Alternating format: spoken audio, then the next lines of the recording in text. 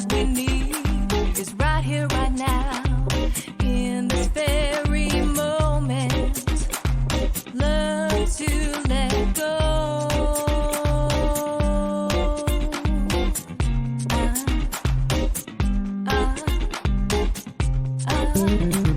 I wanna party and have a good time like it's the end of the world, end of our lives. We don't know what's gonna happen, baby. So kiss me like you're mine. Don't you know it's all within our power? Don't you realize you control your mind and your thoughts? They are just thoughts. Learn to let them go.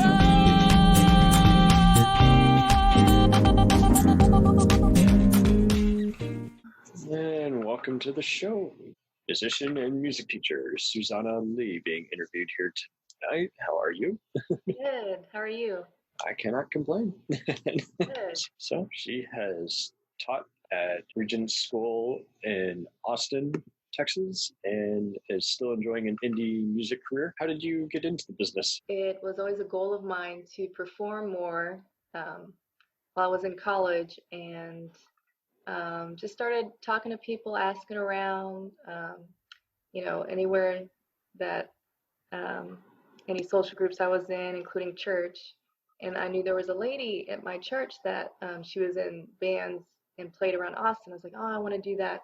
So she really helped me get started. She introduced me to some people, and then she had a residency that she played at Mozart's, and she introduced me to the guitarist that had that residency, and we really connected. So that's how I really first got started.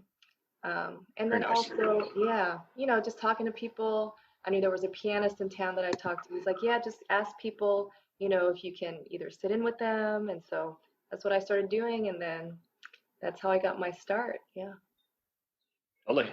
And what are your main influences? Because you got a very light, kind of just jazz and pop vibes, kind of, as well as mainly piano. Huh?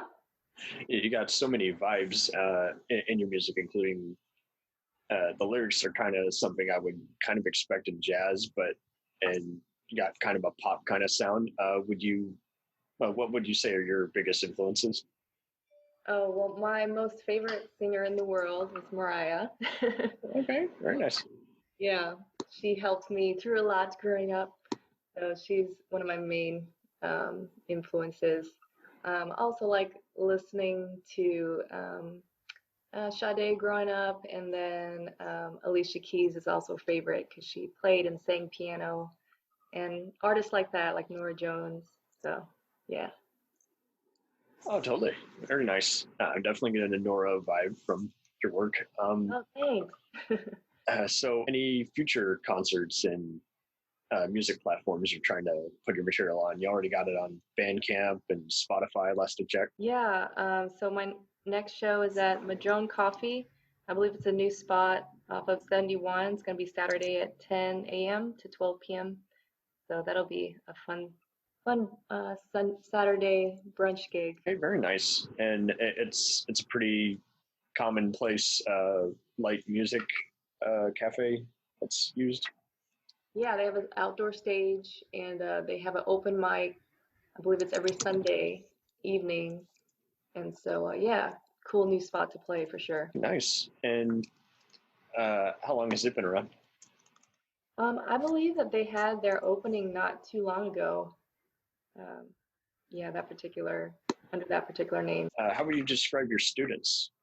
Are they really just digging the knowledge that you're sharing with them? Yeah, luckily, like I have really good students.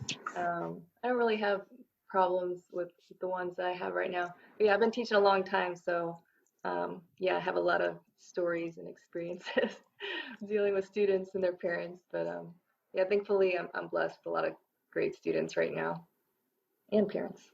Very nice. Do you teach online in addition to in person, or? Yes, I do. So I have a few students online right now. Very nice. And how would you describe your teaching style? I this goes with my personality. I'm a pretty laid back person, so I'm not like, hitting them with a stick or anything. Right. But yeah, I do make sure that they learn what they need to learn and learn it correctly. I just remind them, depending what age they are, like how much they ought to be spending time to get better. But yeah, that's basically my approach, and try to make it as enjoyable for them as possible. Otherwise, music's not going to be fun for them. which Oh, is, totally. yeah, which is important that it be enjoyable. Absolutely. And so, where did you study your singing and piano styles? Yeah, so my parents put me in quite a few activities, when I was young, and piano really stuck with me because my piano teacher let me have candy, specifically lemon drops, and my parents really didn't let me have candy, so I was like, I love piano. And Nice. yeah, so yeah, I remember like that when my piano teacher like made it known that she gave me candy, like my mom's like, oh, we really don't allow her to have that, but she gave it to me anyway. So so that's what kept me going for a little bit. But I really like the sound of the piano. Like when I first got started, I just thought, it was really cool. I think because you have both voices going on, with the left hand, the right hand. So um, I was brought up in military families, so we moved around a lot. Oh, nice. Yeah, my mom specifically was like, well, you're not going to quit piano wherever we go. So they always put me in that wherever we went. Um, yeah, and then I had a really good piano teacher when we were stationed in Germany. She was related to famous classical composer Khachaturian, who wrote the Samber Dance. And I think she was the best piano teacher I ever had. So she really got me into classical music. And yeah, and I guess around that time, I kind of decided, this is what I want to study when I go to college. And I really enjoyed singing just on my own. And so I joined choir in high school, and then decided in college that I would, continue with that and then take lessons. And I minored in voice as my secondary instrument, actually. So that's how all that came about. And Nice. yeah, and then I went to Berkeley for 1 year um, to study, popular music. So yeah. Okay, very cool. And uh, just how has it been just kind of coping with the current COVID situation? Yeah, luckily, like, I haven't yet to go on tour, so to speak. That might be something in the cards in the future. I heard it's good to do that, so we'll see about that. I have my first like big original project coming out soon, so that'll probably follow with that. Um, but yeah, gigs. Luckily, I was able to gig a bit like throughout the pandemic, like at restaurants, outdoors. So yeah, just not playing out as many nights as I used to, but that's okay. Gotta be Okay. safe. Mhm. And what can we expect from your upcoming songs? Yeah, so I released a single recently on my own that's up online, and then my EP is coming out um, soonish, and I'm gonna have a release for that, and excited about that. I don't want to give away too much at the moment, but yeah, there's plans to have a show and possibly even to film it. So. Nice. And you got a pretty reliable group of editors and sound mixers, or? Yeah, I'm working with some really talented people. If you want me to mention them. Yeah, just give us a little idea of the process so other indie music artists can be a little inspired. Okay. Yeah, so I, try to be connected in the community through, I'm on the panel for Austin, Texas musicians, and they have meetings. It's been online mostly, since the pandemic, and then also involved with the Asian music community, ACGA. and I met Kevin Chen through that and found out that he was a record producer, producer from Chicago. And, I had been doing some recordings elsewhere. And I think he does videography. He also works on the show Austin Traveler. And so he knows how to do like music videos. So we did that project. And I think we got to talking that he records. And so I worked with him, and I really like how he made my song sound. So I'm working with him on my EP now to finish that. And then also my album, put a few more songs on there. And so he's really a stellar guy to work with. And then I'm also in the process of working with someone to help me with my online presence. Hopefully we'll get that up and running soon. So, because that is important, even though I don't really pay that much attention to what's, my numbers, whatever, but I heard that is important. So. You're just concentrating on the content versus. Versus, numbers or all that stuff.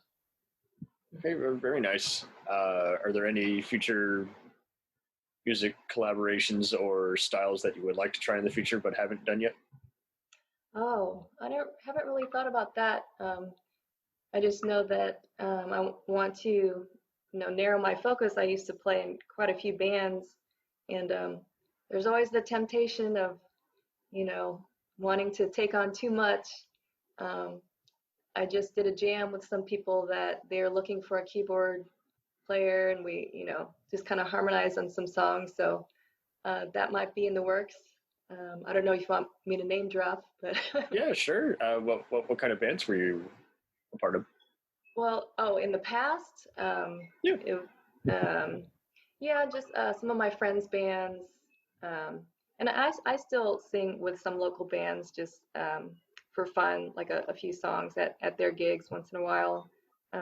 One I can think of right off the top of my head is The Brew, popular salsa band, and a couple jazz musicians that have big projects.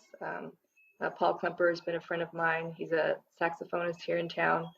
We do projects together, and actually we're in talks of having like a Polynesian jazz show. So that'll be something to look forward to in the future. Yeah, I think I'd really like for that to manifest. Very cool. Mm-hmm. And have you thought of even building up your band per se, besides just being a solo act, just having a few other additional pianists and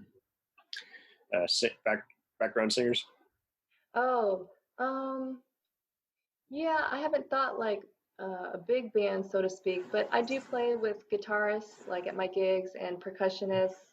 So that's kind of, minimal, at least a three-piece. I have a bassist that, I can call on anytime. So, it just depends how much we can get for the gig, if it's worth everyone's time, how big the band should be.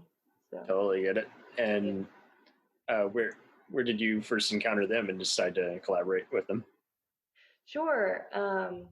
Let's see, the current guitarist that I'm working with, like the one that I'm going to be doing the coffee house gig, the Madrone, this Saturday, is actually, his name's John Wilson. He's the one that I actually first started playing live music with at Mozart's at that residency. So we've, just kept in touch over the years. We've been playing music together for over a decade. And, we had went to that open mic together, so decided we'd do that gig together for this Saturday. And then for my own, like, original music stuff or other gigs, I'm working with guitarist Eric Gertes. I don't know if I'm pronouncing that right. And we played gigs together with our friends' bands and also tribute shows together. So I met him through friends, I believe. And yeah. Nice. You've also done some fashion and modeling. Are you still doing that on the side as well? I am. So actually there's a fashion show coming up next month. It's with Indian company, so to speak. that they put on fashion shows. So I'm excited to do that again. Where did that passion first emerge? Oh, let's see. I got involved with that through my friend's nonprofit here in Austin called Austin Intercultural Network, AIN, and they try to promote diversity in Austin. Yeah, so I was in it from the start, and we would just model our own traditional clothes. So I'm half Korean, so I have Korean clothes, so I just modeled that. And then this fashion show started getting bigger and bigger every year with designers getting involved. So they haven't had it the last couple years. Hopefully, I'm hoping that they'll start that back up again. So that's how I got started in that, and then yeah. Very cool. Very cool. Have you thought of also starting just additional music clubs at your campus? Or... No, not really. I just I enjoy teaching there and doing recitals every semester. So, yeah. Anything else to expect from the upcoming album? Oh, let's see. Well, still in the planning stages. But yeah, I'm excited for it to come out, and yeah. Okay. And Happens. any other platforms you're gonna try and put your material on? Like, is it on Apple? Is it on a bunch of other sites? Yeah, so I'm still learning how to do that. I released my single on TuneCore, so I believe it's on all of those platforms because I believe it automatically puts it on, Apple. Oh, TuneCore's connected. Gotcha. Yeah. So it's on Spotify, but yeah, hopefully I'll get help with all of that soon. Okay. Any other artists you've collaborated with who you want to kind of promote them in addition?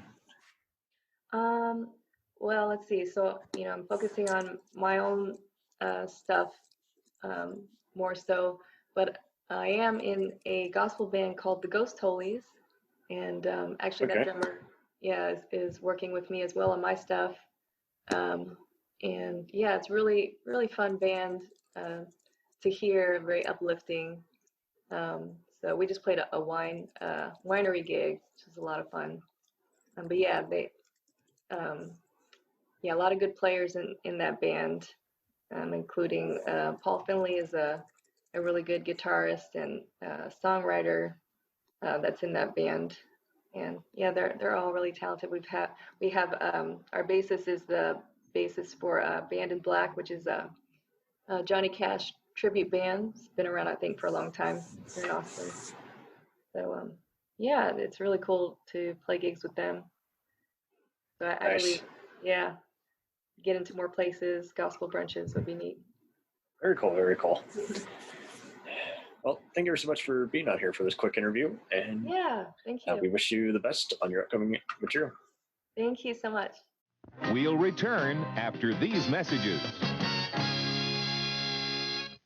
Hello and welcome to Culture Shocked, the pop culture podcast brought to you by four aging millennials and our outdated opinions. Join us every Tuesday as we discuss movies, TV, games, and even music, new and old. Dude, what do you think you're doing? Are you seriously trying to record a promo without us right now? Well, yeah? Dude, you can't just do the promo by yourself. Who's gonna listen to that? Yeah, and you probably haven't even told them that we're a pop culture podcast where we always agree on everything. For instance, the Sam Raimi trilogy, easily being the best of the Spider-Man movies. No. But I think we can all agree that Jaws is a classical masterpiece.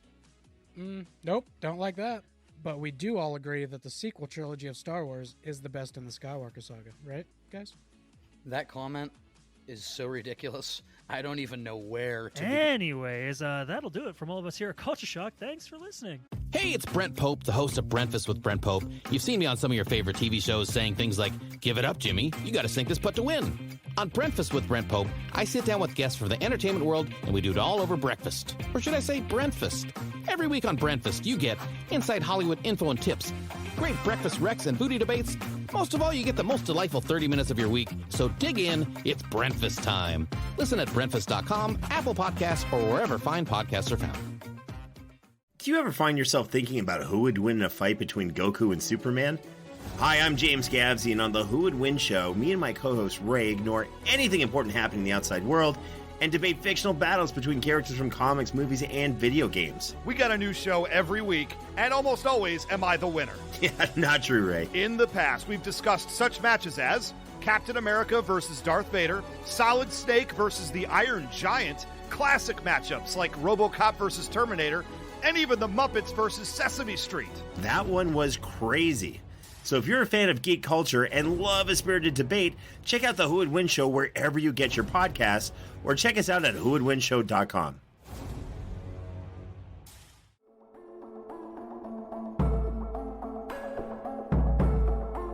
We let things pile up in the DVR. We add them to our queues. We wait for the DVDs and Blu-rays. We time shift. The Time Shifters Podcast. Sci-fi, horror, fantasy, superheroes, comedy, action, film, television, maybe some not-so-current events. Find us on iTunes or at timeshifterspodcast.com. Cool thing about Blind Knowledge is we are in multiple countries. We are worldwide all across the globe. We are in the US, we are in the UK, we are in Canada, Germany, India, Japan. We're in Australia, y'all. BlindKnowledge.com. Now back to the feature presentation.